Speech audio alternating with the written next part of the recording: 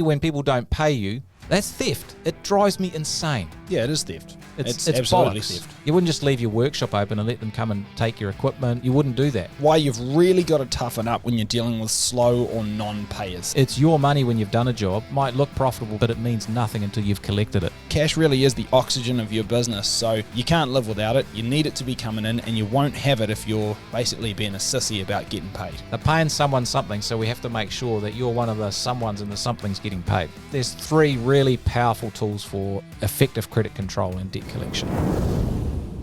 Getting paid is the number 1 rule in business, and if you're not getting paid, it is toxic for your business. But what most people don't understand is that getting paid is a mental and a psychological game. Tune into this week's podcast where we go into the ins and outs of getting your head game right with debt collection. Well, howdy there. Tony Fraser-Jones, host of the Profitable Tradie podcast, here with Phil Smith, the man, the myth, the legend. Yeah, g'day, mate. That was a heck of a burp before. I know. I reckon we should have left that on.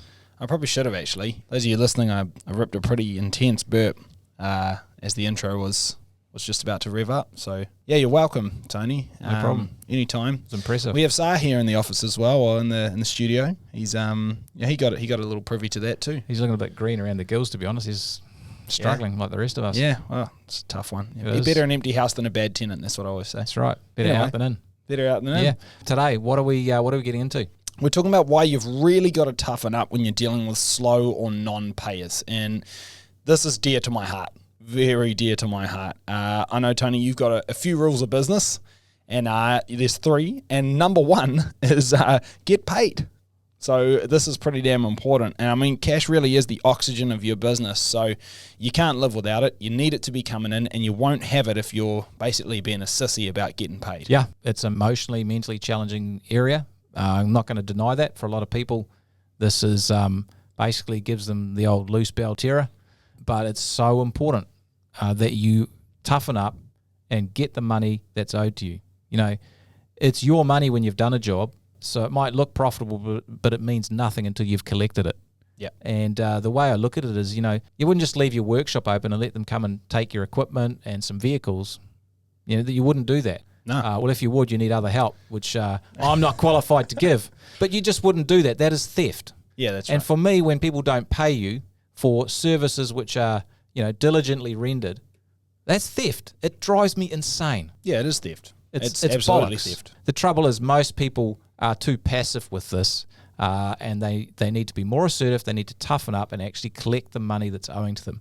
You know, a lot of people actually feel apologetic about actually asking for the money that's theirs. That they have And earned. That's insane. Yeah, and someone agreed to beforehand as well. That's the thing that really gets me, is that this is most often a price that someone's agreed to, maybe even in writing. And then you've done what you had to do, but they won't give you the money. And that's just outrageous. It's outrageous that you wouldn't push for it. Well, and it's like, oh, well, I don't have the money and stuff. Well, whose problem is that? Yeah, exactly. See, all of your clients, they're paying someone.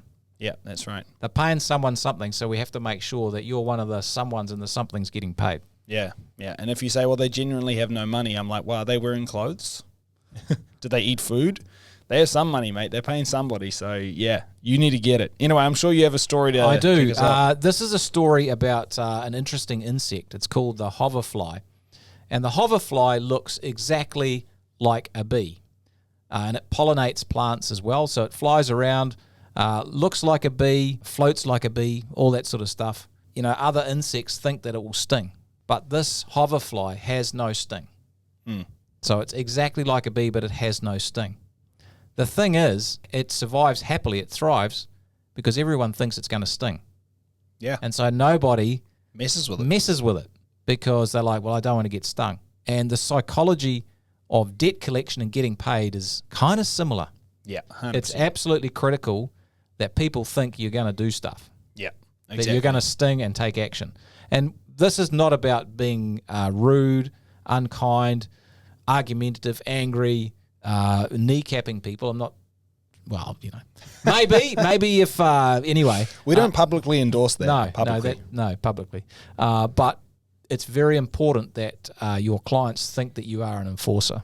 Yeah, this is massive. And I think really, like, if they don't think you're an enforcer, you really are setting yourself up to to be messed with, which we don't want. And obviously in this case, if we don't have anything in place to actually A, look like an enforcer, or B, be one if we need to, we can run into some pretty big negatives. Well, the first one is you're just not going to get paid. Yeah. The squeaky wheel gets the oil, and someone else will be a squeakier wheel. They'll get the oil, and you won't. And the thing here is, it's important to understand with debts is the longer you leave it, and this is like empirical evidence, this is like scientific evidence, and you can look this up with any debt collection company, the longer you take to get paid, the less likely you are to get paid. Yeah. Because the money's gone. They're spending it on other stuff. Yeah. I mean, as far as the science goes, it actually can make a difference by the hour as far as what the percentage likelihood is that you'll actually collect that money. So it's pretty brutal. And I think not getting paid is obviously the ultimate downside that we run into, but there's a bunch more. Yeah. And so the problem with not getting paid is that there's so much stress associated with that. For me, there's two things that are most stressful in business. One is dealing with team members who are difficult and problematic. It's very personal. And dealing with clients who won't pay is also a very personal thing. Yeah. So it creates a lot of stress. It creates a heck of a lot of time because you've got to follow up and all the admin and all the mucking around and the groveling and the begging and the sending of emails and the SMSs and all that stuff. Takes a lot of time. Well, regardless of the time that you have spent sitting there thinking about, doing Seething this about it. And not only that, but sitting there building up the courage to make the calls, or send the emails, or, you're obsessing over whether or not your wording is right and stuff like that. This is all time. I don't want to offend them by seeming too blunt. Yeah. Write the email 7 times. Yeah. Exactly. But that's all wasted time also. Yeah. So it is very stressful. It affects your mojo. It has a knock-on effect. You're not getting paid, so that's stressful. So you can't pay, and maybe you can't feed people and all that sort of stuff. So that's a big part of it. It also, if you don't follow up and you're not an enforcer and you're too passive, you train your clients that it's okay for them not to pay you. Yeah. Because it's not painful. So you effectively become their interest-free bank, and they're not even grateful. Yeah.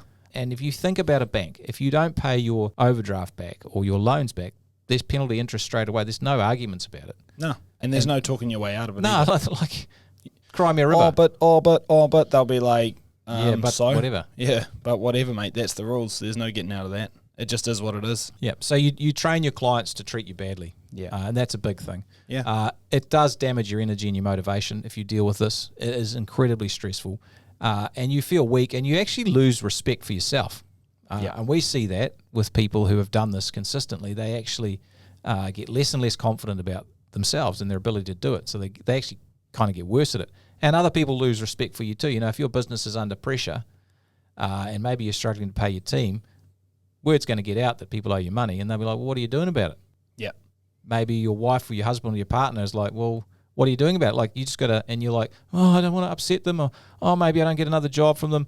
Oh, they're having a hard time. And it's like, hey, fella, who's having a hard time here? You are, we are. Well, let's do something about it. Well, getting pushed around is very much a snowball, right? Like, you end up getting pushed around in one area of your life, word gets out, and basically you start getting pushed around in every area of your life until ultimately you're figuratively cowering in the corner, praying that life would be easier and better. And I think this is where it's time to take the power back, stop wishing it was easier. And just be better. Be better. Yeah. Well, the vultures literally are circling. They're going to pick the carcass. You That's don't sort right. this stuff out. That's right. Whereas on the other hand, if we can grow a backbone and start actually following a real process here and getting paid, we got some pretty big upsides. Well, number one, you get paid. And Yeah. all the benefits of that, the money goes in your bank account. You can pay your supplies. You can pay your wages. There's a whole lot less stress. You save a whole lot of time, effort, and hassle. It's just way better. You train your clients that they can't get away with this. They know that if they've got money, they have to pay you first. That's a big thing, huge thing. Your energy's much better. You feel more confident in yourself, and you can focus on the other stuff of business, which is like, how do I grow my business? How do I improve my marketing? What systems can I put in place? Rather than fighting fires about how the heck am I going to get money so I can actually pay people. Yeah. And ultimately, other people will gain respect for you too. So it's like we said, opposite of the last one for the negatives. Man, if people start seeing you as somebody who, you don't mess with that guy, he doesn't muck around, well, then you don't get pushed around ever for anything. And you end up, really just taking the whole power back in your life, which is massive. We're not talking about being an absolute psycho and abusing people and being a hard ass all the time. We're actually about being active, assertive, and taking a powerful position But you can still do that, and you should still do that in a kind and respectful way, because it'll actually get better results. You've hit the nail on the head in that word. It's about respect. It's not about fear. You're not blustering and being psycho like you said. It's not fear. It's respect, and that's a really important thing, because without respect, you'll end up getting walked all over. Yeah, and it's really simple that people will understand that if they don't pay you, there's some consequences. Yeah, it's huge. And you implement those without emotion as well. It's like, yep, that's what's going to happen. Okay, well, I better actually crack on. That's it. Well, let's pull apart how to do this. Yeah, there's two really key things, I think, here. There are two types of creditors, if you like. Two types of people who are owed money. There are the non-enforcers and there are the enforcers. And if you aren't an enforcer, you will not get paid. You will struggle to get paid. You will get stretched out. You will be the last cab off the rack. You'll be the one dealing with all the problems, the stress, the hassle. Yeah. And so non-enforcers, their characteristics are that they are passive, they procrastinate, they leave things till tomorrow or next week, they trust the good intentions of everyone, they listen and believe everything they're told, because it's easier to do that emotionally. Yeah. That's pretty simple. Basically, these people do nothing. They do nothing, they don't take action, and they hope it comes right, and they tell themselves that, oh, well, I'll just give them a bit more time, and they're going to pay next week, but we've already given them an extra 6 weeks, but it's going to be right next week. Yeah. That's a non-enforcer. An enforcer is like, well, actually an enforcer will bankrupt someone if they need to. Yeah. Not because they enjoy it, because they know they need to get paid and they've got to fix their own oxygen mask first. And it's just like, that's what happens in business. You do work, you get paid. You haven't paid, well, here's the consequences. Well, that's the process, right? It's like there's a process, and at any point you can get off this train. You don't have to see this right through to the gnarly end. But if they don't want to get off the train, well, then that's a decision they're making. It's a choice they're making. It's not your fault. You're not at fault here or wrong or evil or mean for, actually enforcing a process that they agreed to and that they knew was there. They are actually making a conscious decision the whole time to see this right through to the end if they do that. This is the key psychology here, is that the non-enforcer will take the blame and the responsibility for the situation on their shoulders, and they'll be like, well, I don't want to upset them, and hey, it's not really their fault, and they'll make a whole bunch of excuses for them. But the enforcer is like, well, actually, this is the rules of the game. This is how it rolls. I need to actually execute this and get on with it, because otherwise I'm the one who's going to struggle here. Yeah, yeah. So don't shoot yourself in the foot. Don't feel bad about it. Don't let... This is what There's often nothing happens. to feel bad about. You're not doing anything to them. Like, the thing is, That's exactly you're the point. not doing anything to them. You actually just help them solve a problem they have. You've just fixed something or repaired something or installed something or basically enriched their life for an agreed fee with agreed terms. And honestly, they owe you the money. So at this point, you're not doing anything to them by asking for the money that they agreed to pay. If they can't pay it, it's because they've done stuff to themselves which has screwed their financial position when they really owed that money to you. And so, honestly, they've overstretched. And they're going to need to wear those consequences, or otherwise they're going to keep doing this. And that's actually going to ultimately ruin their own life. So please don't go down with the ship. This is not your ship. If they want to sink it, that's their business. Yeah. If you allow your the people that owe you money to put their emotional baggage on you, you are a non-enforcer. Yeah, exactly. Because the narcissistic person or the person who's under a lot of stress, even subconsciously tries to transfer that problem over to you to make you feel bad so that you don't take the action that they don't want you to take. That's 100% it. And I think the psychology and mental game is really critical throughout this whole process. Like, you need to be in the right headspace before you even start this process. You need to take a strong position. Don't be passive. Don't be weak. Be strong and sure of yourself, which, again, like we said, it's not about being aggressive or being a dick. It's about being strong and confident and respected. It's just about... And respectful. And respectful. It's like we're doing business right now. This is not some kind of back alley deal where there's unscrupulous bloody stuff going around. This is a respectable business deal. Like, play by the rules. And I think the thing is if you have to execute your receivables process, then you really have to believe you're doing the right thing. I think this is very important. It's like we said in the previous point. Like, if you owed me money and I have to put you through my collections process, I'm doing the right thing by you by actually executing my process, because I'm helping you to pay me the money you owe. And I'm helping you to see the error of your ways if there is an error of your ways. If you've overstretched yourself, The only way you learn that and make changes or improvements to better your life is if people actually call you on your crap. And so I'm going to do that. I'm going to be that guy because it's the right thing to do by me. It's the right thing to do by my business, my family, but it's also the right thing to do by you. If I cover up for your mistakes, I actually weaken you and further, basically cut your legs out from under you for the rest of your life. Starting to sound like being a parent, isn't it? A little bit, yeah. Got to do the hard stuff. They don't always like you. No, but it's actually the best thing for everybody. Yeah. For me to hold you to what we agreed to. Yeah, 100%. Yeah. So I think there's 3 really powerful tools for effective credit control and debt collection. And the first one or concepts is repetition. The second one is embarrassment, and the third one is credibility. Yeah. So repetition means that you are consistent and unrelenting. So that means that they know you will call if you say you will call. Yep. They know that if you've set a date for payment that you'll follow up. And so they know that you're going to be there. They know that you're not just going to do a one-off and then forget about it for 2 months or a few weeks. That's really important. So repetition is critical. Yeah. And process helps massively with that. Massively. All right, so number 2 is embarrassment. So I love this one because I think the hard thing is when we go to collect money, a lot of the time, people sort of think, well, man, I can't go intimidate the person. And yeah, absolutely you can't. Don't use threats and violence. That's right. The minute you start getting into anything threatening, like, well, if you don't do this, then I'm going to bloody get you or something like that, you can't say that. And honestly, it won't help either because the minute you get threatening, you actually damage your own credibility and you become the problem.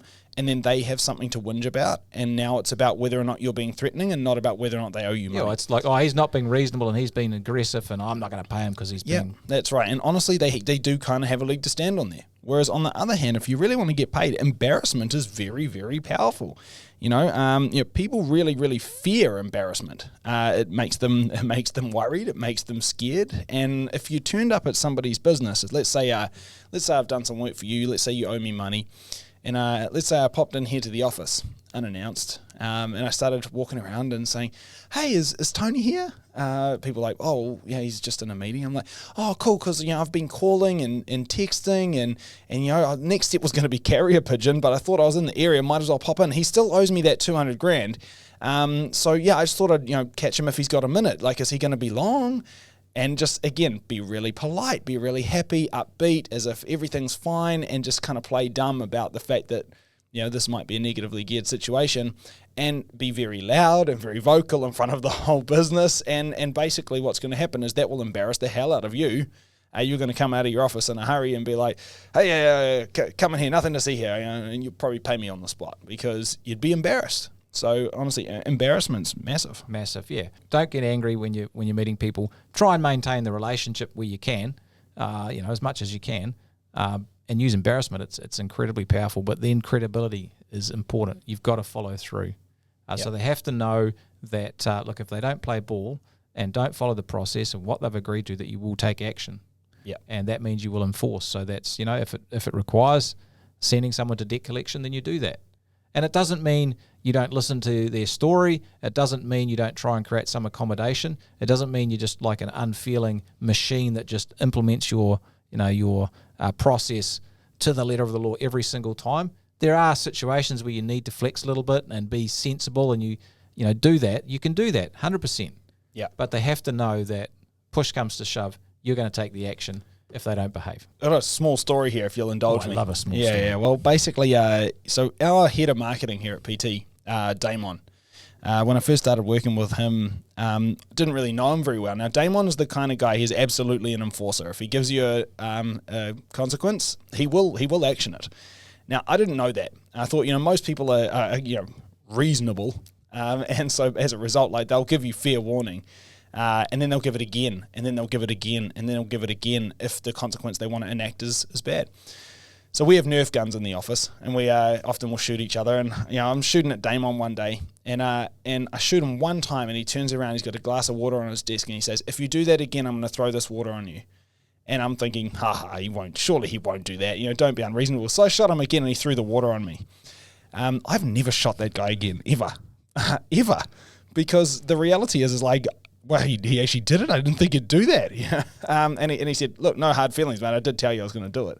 And to his credit, I'm like, yeah, okay. But, you do have to do that because now he has credibility. Now I'm not going to do it again. And if he tells me to stop something, I'll stop. So on the other hand, there's other guys in the office, I've shot them a million times and they've never really followed through. Yeah, don't shoot him, man. He'll get you with I'm the thinking water. more about how to keep you under control, Chief. Yeah, well, it's a and difficult that. job. Yeah. Anyway, next one Process. for me. You Let's talk must process. have a process. Oh my God, you have to have a process. If you don't have a process, then you have nothing to action. You'll be flying by the seat of your pants, and the hard part is that you can't get the prior pre-framing. So therefore, when you go to action your process, it will feel unreasonable. Like the beauty of what Damon did to me is he had the chance to tell me, if you do that again, then I will throw the water on you. So I was forewarned. And then when the water was thrown on me, I'm like, well, that figures. That's my fault. So the thing is if you don't have a process, anything you action could be construed as unreasonable. So, you need to have a full process, start to finish, like what will happen from all the way from before it's even due, the bill to be paid, all the way through all the steps of them not paying, right through to me sending them to a collections agency. So, this is going to go through your terms of trade. When you send this out, getting agreement to that, it's going to go through, having the scripts for every step in this. All of the steps involved, right from maybe you give them a call the day before the bill is even due to be paid. Hey, mate, just a reminder, bill's due to be paid tomorrow. So, we accept this payment or this payment or this payment. Just checking you've got the invoice there and you're ready to go. That call there can be very powerful. I'm not suggesting you do it with every service call that's, $400, but if it's a reasonable invoice, maybe a few thousand, there's two objections that people have, and they're sneaky little objections, and they're lies most of the time. They haven't paid by the due date, and you follow them up, and they're like, oh, well, I didn't get the invoice. Yep. BS. Yep. And number two, oh, well, I've got a problem with the invoice. That's right. BS number two, because all those are designed to push you down the track. There's smoke screens and stalls. So you call them the day before it's due, and we have a script we give our members, and part of the script is, oh, did you get the invoice? Yep. No problem. I'll send it to you right now. That's right. Happy days. I'll wait on the phone. Let me know when you've got it. Yeah. And number two is, hey, have you got any questions with the invoice? And if they say no, that problem's gone. Yeah, they can't bring it up later because they had their opportunity. And then again, you'll have a script for every step, but you'll have the steps mapped, you'll have the scripts for the steps, and then you'll actually follow those steps the whole way down the line. And that means that you have a process, and you can always alert them to the next step in the process. This is where we're at right now. The next step will be this. So you need to take X action by X date, or otherwise I will enact the next step. Does that make sense? And basically that's going to keep you on track with actually collecting the money. And when you are talking to people, if you haven't paid you, this pod is really about when they haven't paid you, actually getting that collection. It's really important when you have the discussion to get firm agreement on the steps that are going to happen. And there are situations where people might make a payment arrangement or part payment or a particular date that they'll commit to. Get firm agreement on that date and on that amount. And get it in writing as well, so there's no ambiguity, no confusion about that. And then you put that in your system, and as soon as that date ticks over, if they haven't paid, you're on to them again. Next step in the process. So it's really critical not to have a conversation like, oh, we haven't been paid. Just looking at my invoices, how are you going with that? And they're like, oh yeah, we're going to get paid next week, so I'll sort it out then. That's a bad result. What you want to say is, okay, cool. Hey, that's awesome. What day next week will that be? Probably maybe Wednesday, Thursday. I'm like, well, which one is it? Yeah. Okay, Thursday, right. So you'll be able to pay this on Thursday? Yep. And what time will you be able to pay it by? Okay, cool. And so you get firm agreement, because a loose agreement is nothing. Yep. Firm agreement you can hold them to, and you can follow up. Plus, you can then say, cool, so on close of business Thursday, if the payment hasn't cleared, we'll go ahead with our next step in our collections process, which is that we send you a 7-day letter warning you of the fact that collections will be enacted. And basically, then you stick to it, which again takes all the stress out for you, because you're not sitting there, oh man, it hasn't come through, what do I do now? It's like, well, you do the next step in your process like you said you would. It's very easy. And I think the next thing is that if you're doing this really teaches your clients how to collect as well. Because honestly, a lot of the time, the problem with you getting your money is they don't know how to get their money, right? Like the amount of time you've spoken to a client and they say, oh, look, I really want to pay, but I haven't been paid on XYZ job. And, I'm waiting for this payment to come in from someone else. And when that comes in, then I can pay you. And the thing is they suck at this. They don't do it. And because your clients don't do this stuff, it means that you're always going to wear it. trying to get money off them. Whereas if you can model the right behavior, you can model a great system, then what you're actually able to do is teach them to do the same stuff. And then that way they get paid more often, which means that they always have money to pay you, which is happy days. It's like a win-win. It's like a win-win. Gotta love a win-win. You do. Yeah. And when you're doing this, it's important to make it personal. Yeah. And I don't mean be like attacking personally, but it's very easy because it's difficult emotionally and mentally and psychologically and whatever to just send an email or send a text, an SMS. And a lot of accounting systems will do that. It's like, sweet, we've got a follow-up process. It sends an SMS and an email. Well, that's so easy to ignore. Just let me repeat that. Texts and emails are easy to ignore. Phone calls and visits are difficult to ignore. So the personal touch really helps here. Yeah. So either you're being on the phone or visiting if it's getting bad, or if you are not doing it in your team, or you've got a bigger team, or you really struggle with this, you need someone else who's a Doberman to get on the phone and be your receivables person, your credit control person. But use the telephone and or visits. Don't waste time sending emails and SMSs because they will be ignored. That's right. I mean, half the time they're actually valid. You know, people say, I didn't get that. Yeah, I mean, it could like legitimately be lost in a sea of other emails. Like that actually is possible, which gives credence to when they're lying. It seems real. So it's hard to argue with. I need to just sort of correct there a little bit. What I said is you can still use emails and stuff as part of the process. That will be where you follow up with the agreement you've got. That can be in writing. That's always helpful. But the phone and the visit, particularly the phone, because it's simple. It's the quickest way between two people, is where you can come to the agreements and the arrangements and hold people to account to their commitments, because it's very hard to wiggle or weasel out of that. Yeah, 100%. That's massive. And this brings me to another point, really, which is that marketing gives you power. And so basically, if you're getting a lot of difficult people and you're feeling like you're always having to run around chasing money, look, maybe you just don't have very good clients. And the reality is, if you were doing more marketing and you were bringing in more options or more leads, more potential jobs you could be doing, it's a lot easier to start, A, saying no to the dickheads that have wronged you before, but B, is actually holding people to account on your systems and taking people through your receivables process and qualifying people more on the front end before you work with them. All of this becomes easier because you don't have that fear of, well, what if they don't want to work with me again? It's like, so I have other options, which gives you a lot of power to stop getting pushed around and to actually action your teeth. Really is be the hoverfly, sure, but maybe sometimes you got to be a wasp. And it's easy to be a wasp when you don't care if you kill the victim, right? So yeah, and it's not as though you don't care, but it's like you kind of don't care. It's like you'll be all right. You'll be fine. You'll be fine. It's not my problem. Yeah. You care, but you don't. Yeah, I think that's the thing. I think it's important here. It's not that you're trying to be rude, obnoxious, difficult. You're just running a business. You're just not taking. Yeah, and that's exactly it. And running a business, number one rule is getting paid. So if you're finding this difficult, what the universe is asking you to do is toughen the hell up. That's it. Because you have to do that to have a great business. That's it. Well, I think that's a good note to end on. So let's land this plane. Well, real simple. Execute your collections process without remorse, but be kind and considerate. Collections is a head game. It's your job to get on top of it. Thanks for listening. We'll catch you all again next time. See you later.